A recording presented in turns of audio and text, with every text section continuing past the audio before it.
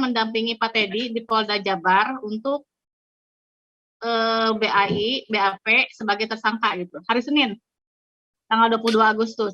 Jadi di panggilan itu, jadi dulu kan ketika LP itu kan terkait dua objek ya, terkait uang 5 miliar dan mobil Kijang Innova.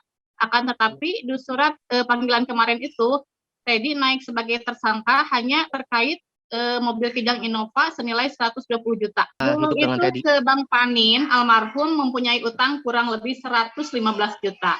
Untuk penjualan mobil Kijang Innova itu sebesar 120 juta. Oke Mbak, penjualan mobil Innova untuk membayar utang almarhumah ya. Ya. Kalau bicara harta benda milik almarhumah atau seseorang yang sudah meninggal itu kan pasti ada wasiat ya Mbak ya? Wasiat ketika itu dibuat sebelum meninggal ya, itu ada wasiat. Tapi almarhum tidak ada wasiat sama sekali ketika meninggal. Kalau reaksi dari Pak Teddy sendiri kemarin sempat kaget ya, gitu kan. Kok dia istilahnya yang awalnya berniat baik gitu kan untuk melunasi hutang almarhum, akan tetapi niat baiknya kok akhirnya dianggap itikat buruk gitu kan. Jadi beliau itu sebetulnya, jadi kalau bisa flashback ya, beliau itu menyesal. Kalau begitu ngapain saya jual Kijang Innova untuk membayar hutang almarhum? Kalau memang menjadi bumerang bagi beliau sendiri gitu kan. Kalau memang waktu bisa diputar, ya beliau tidak akan menjual Kijang Innova. Lebih baik tidak menebus utang almarhum gitu aja. Ada penyesalan dari beliau, dari Pak Teddy sendiri. Waktu itu kan mereka menyodorkan 15 aset yang dikuasai oleh Teddy Pardiana. Teddy waktu itu menyangkal karena tidak ada satupun aset yang dikuasai oleh Teddy Pardiana, gitu kan. Jadi menyangkal. Waktu itu yang dia pegang hanya sertifikat kos-kosan dan batu giok, gitu kan. Dan batu giok, cuma 2 item ya, 2 aset yang dia pegang, batu giok sama sertifikat kos-kosan. Tapi sertifikat kos-kosan karena dia merasa waktu itu membeli gitu kan, Teddy membeli juga sertifikat kos-kosan, akhirnya dia menahan sertifikat kos-kosan. Oke lah kalau memang kasarnya gini, kalau Aiki kekeh yang kos-kosan, mau kos-kosan ya silahkan, tapi tolong dong kasih Om kompensasi, karena Om itu waktu itu pernah mengeluarkan uang 1 miliar di kos-kosan itu gitu kan.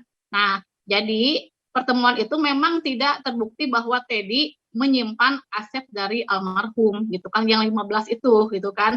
Hanya saja waktu itu ada poin-poin penting, yaitu di pihak mereka meminta untuk aliran dana hasil penjualan Villa Bandung Indah sebesar 1,5 miliar. Nah waktu itu penuhi dulu lah legal standingnya. Kalau memang dia merasa sebagai ahli waris dari almarhum, ya buat dulu penetapan ahli waris gitu kan. Penetapan dulu dibuat di pengadilan agama, penetapan dulu siapa ahli waris dari almarhum dan harta warisannya apa saja gitu kan.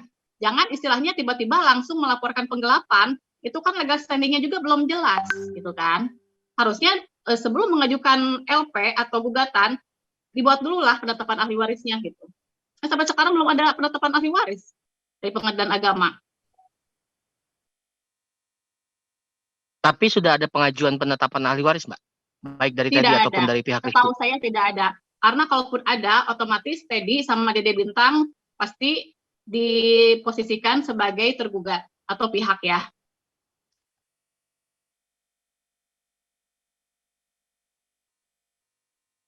Next, yang lain.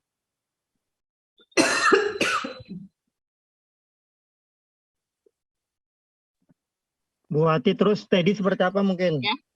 Dijadikan sebagai tersangka, reaksinya seperti apa mungkin Teddy? Kalau reaksi dari Pak Teddy sendiri kemarin sempat kaget ya, gitu kan. Kok dia istilahnya yang awalnya berniat baik, gitu kan, untuk melunasi hutang almarhum, akan tetapi niat baiknya kok akhirnya dianggap itikat buruk, gitu kan. Jadi beliau itu sebetulnya, jadi kalau bisa flashback ya, beliau itu menyesal.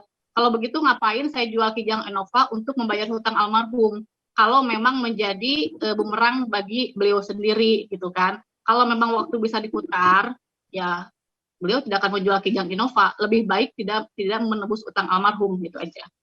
Ada penyesalan dari beliau, dari Pak Teddy sendiri.